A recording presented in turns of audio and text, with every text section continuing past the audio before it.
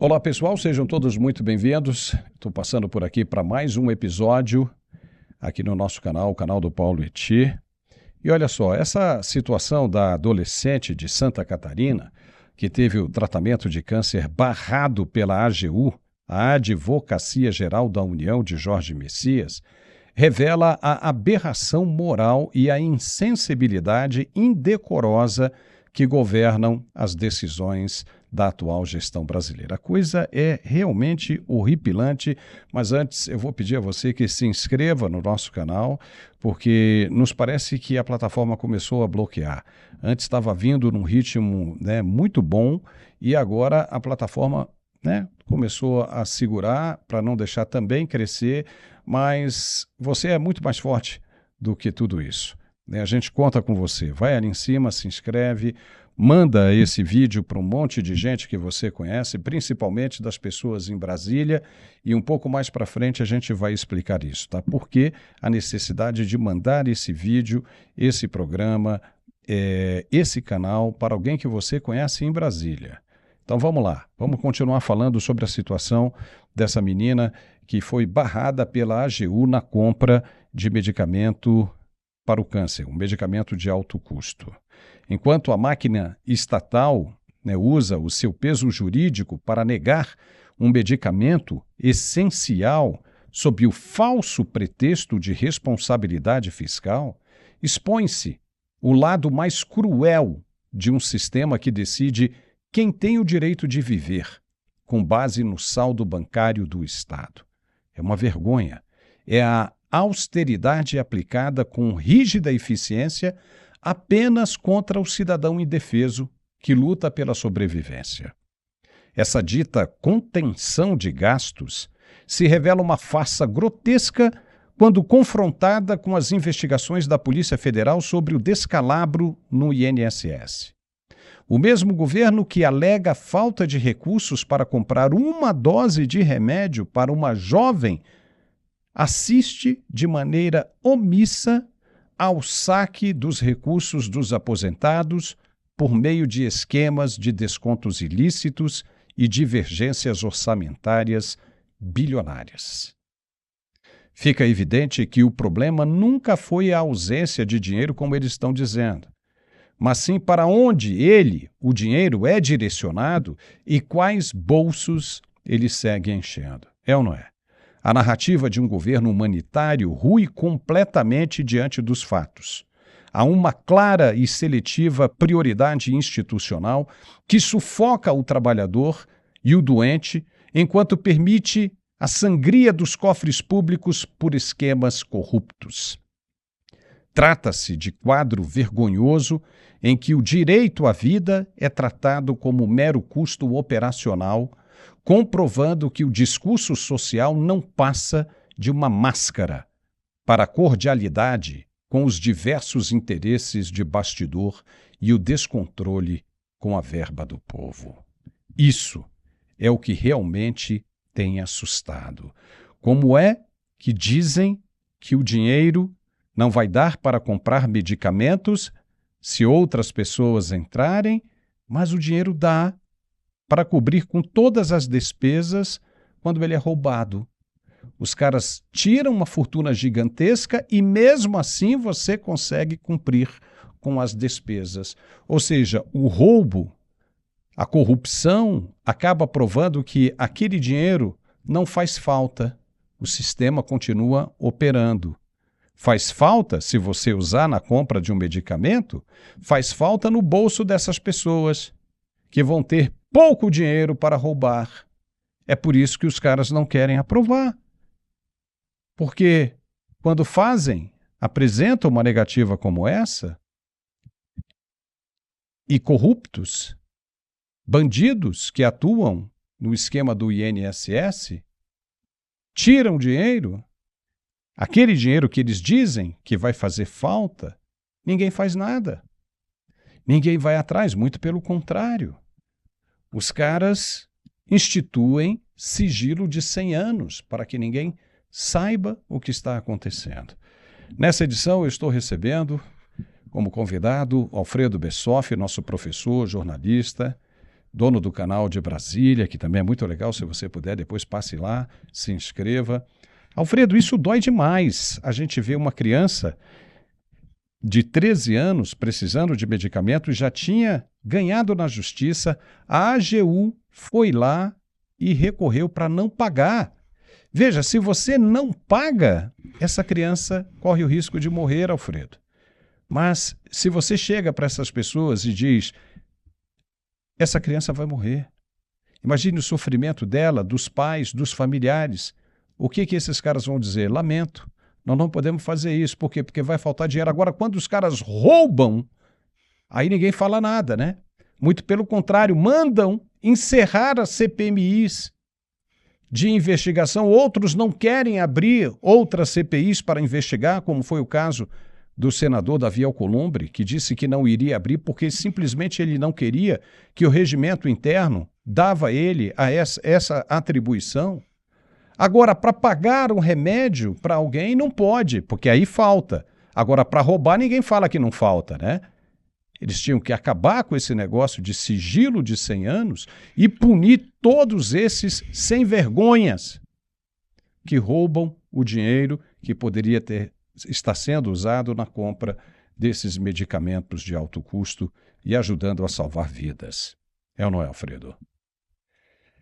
Bom, existe uma situação lamentável, né, Paulo? Quando a vida é precificada por interesses. Olha só que estágio que nós chegamos. Quanto foi mesmo que o atual governo, o governo do Lula, investiu na escola de samba? Alguém ainda lembra? Alguns dizem 8, outros falam em 12 milhões. Qual é o montante de renúncia fiscal por conta da Lei Rouanet? Quantos bilhões foram investidos em shows de São João, São Pedro, Santo Antônio, essas festas? Pessoal, a vida não é prioridade. A vida não é importante para esse pessoal do governo. Lembre-se, para eles, a vida não tem valor. Para eles, a vida é despesa. E esse é um dado assustador porque não falta dinheiro. Eu vou dizer uma coisa para vocês, não falta dinheiro. Qual é o montante desviado do INSS e que agora o governo irá repor? 1 trilhão, somando INSS, Banco Master, consignados? Sabe quem irá pagar essa conta? É o povo. O governo nunca tem dinheiro. Meus amigos, lembre-se do seguinte: o governo não tem dinheiro. O governo costuma usar o dinheiro do povo. É isso que eu quero que as pessoas entendam. O dinheiro que é usado é o dinheiro da sociedade. A vida para eles não tem valor. Pois é, isso precisa ser mudado porque a saúde ela é tratada. Veja você que o maior orçamento que nós temos hoje na esplanada dos ministérios é a saúde, com 276 bilhões de reais, mais ou menos algo em torno disso, Alfredo. E não está dando. Não está dando porque esse dinheiro é desviado. Esse dinheiro é corrompido. Você vê, ele some em tudo, some em insumos, some em seringas, remédios superfaturados, some em tudo. Porque ninguém consegue ver um montante desse sem ter que meter a mão.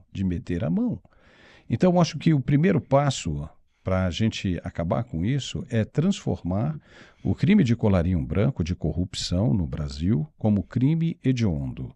Isso é um pacote de coisas que precisam ser feitas. A segunda é o seguinte, é cuidar. O Estado tem a obrigação de cuidar do idoso. 60 mais, a partir do momento em que se faz 60 anos, o idoso não tem mais que se preocupar com o plano de saúde. O plano de saúde deve ser de graça, deve ser custeado pelo governo. E existe verba para isso, não vai causar impacto nenhum.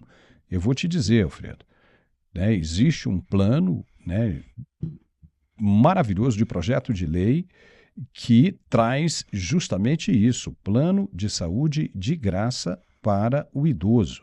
Porque o que mais perturba o idoso é, e agora, nessa virada de fase para a terceira idade, quem é que vai bancá-lo?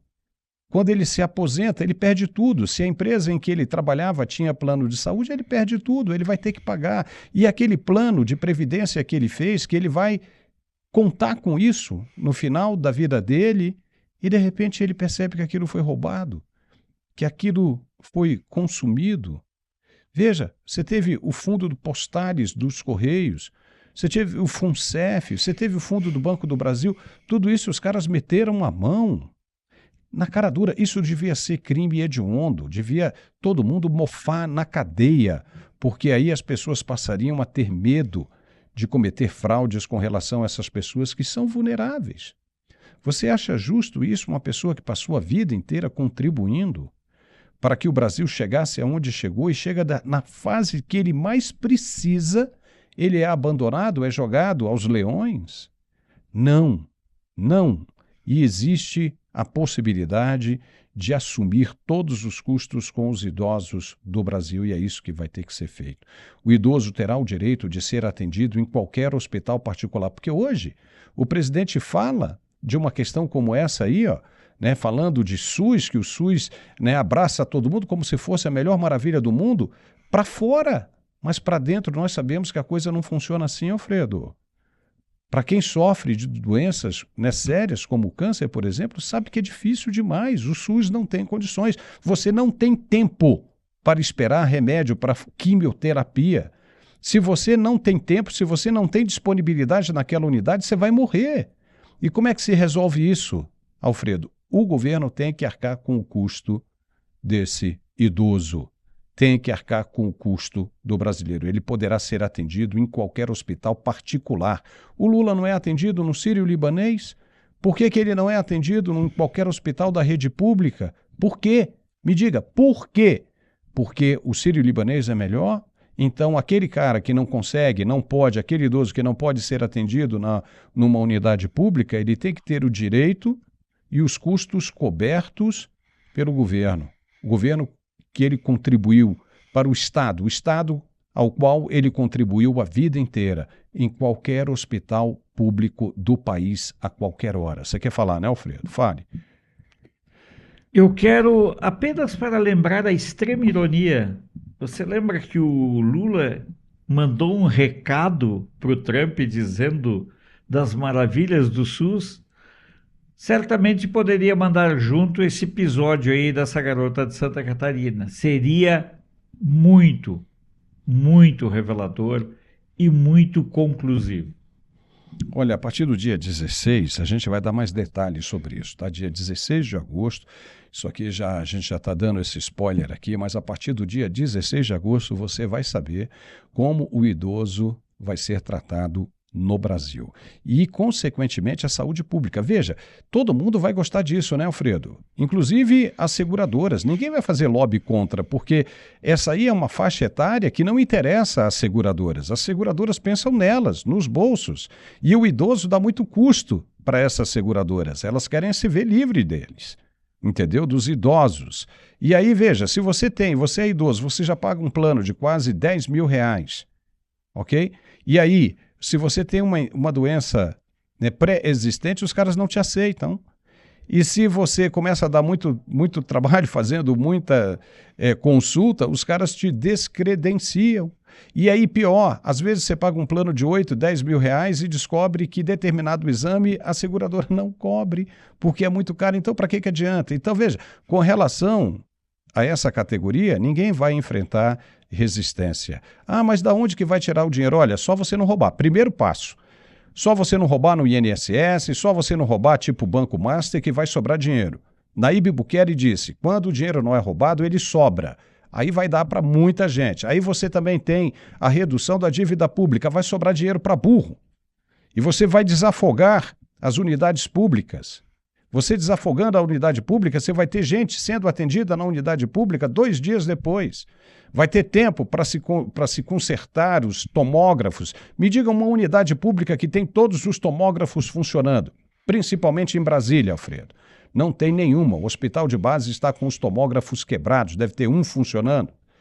Entendeu? Consequentemente, tem outra coisa muito interessante que vai dar para o governo fazer, que é reparar o serviço público de saúde, deixando ele ainda melhor do que o sistema privado, do que a saúde privada. Nós vamos explicar isso a partir do dia 16 de agosto. E você vai entender por que, que o governo até hoje não fez isso.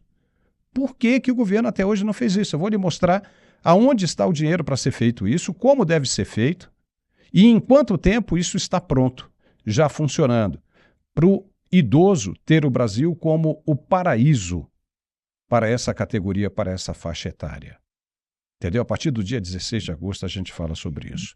Alguma coisa a dizer, Alfredo? Ou podemos terminar aqui? Bom, não, eu acho que nós podemos terminar. Eu digo simplesmente para você o seguinte, Paulo: o Brasil tem conserto. O Brasil é um país gigantesco. Basta que não se roube. É simples. Ou que pelo menos se volte aos níveis de roubo civilizados, digamos assim. Roubo Porque nenhum. o que nós estamos vendo hoje é um descalabro, Paulo.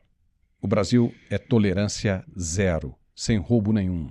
E aí é mudar. Agora, vamos ver se a turma do Congresso vai querer, né? Porque, veja bem, se você não tem interesse em roubar, você vai aprovar o projeto de lei, em transformar o crime de colarinho branco em crime hediondo. Só aqueles que pensam em roubar é que não vão votar a favor disso. Entendeu? Porque, veja, se você não é ladrão, se você não é corrupto, se você não pensa em roubar, taque-lhe o sim aí. Por que não aprovar? Não é? E quem são aqueles que vão contra? Vão dizer o seguinte: vai haver um rombo no orçamento, né, da União. Aonde que vai haver o rombo?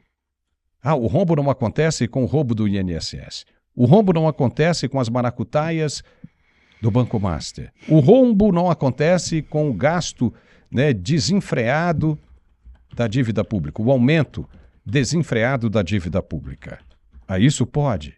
Agora, para cuidar do idoso, do aposentado, dos mais vulneráveis, como essa menina, aí não pode. Aí vai causar um impacto nas contas públicas.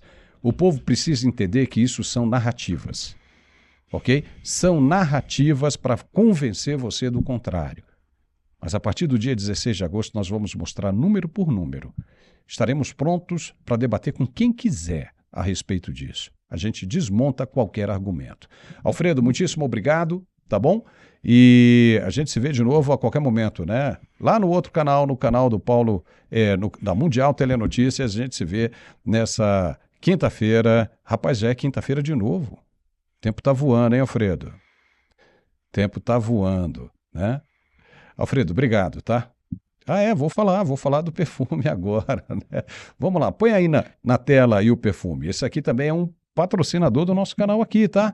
Você que está nos assistindo, você que gosta de perfume, você que nunca ouviu falar nesse aí, ó, é Uma Noite em Sevilha. Pensa num perfume bom. Perfume sensacional, no mesmo nível daqueles melhores, daquelas marcas internacionais conhecidas no mundo inteiro. Esse aí é exatamente a mesma coisa. Muito gostoso, sensacional, é o perfume que eu uso, é o perfume que nós usamos aqui e é o perfume que nos patrocina. Ethier, Uma Noite em Sevilha. Vale a pena? Olha, você só consegue esse perfume através desse site que está aparecendo agora na sua tela ou no QR Code aqui do lado, aqui embaixo, ó. Então, bem aqui, bem aqui. Entendeu? Então, etierlojavirtual.com e você adquire esse produto. Vai lá e você ajuda a gente, tá bom? Um forte abraço e obrigado. Volta lá para o Alfredo. Alfredo, um forte abraço e até a próxima, tá, irmão? Obrigado.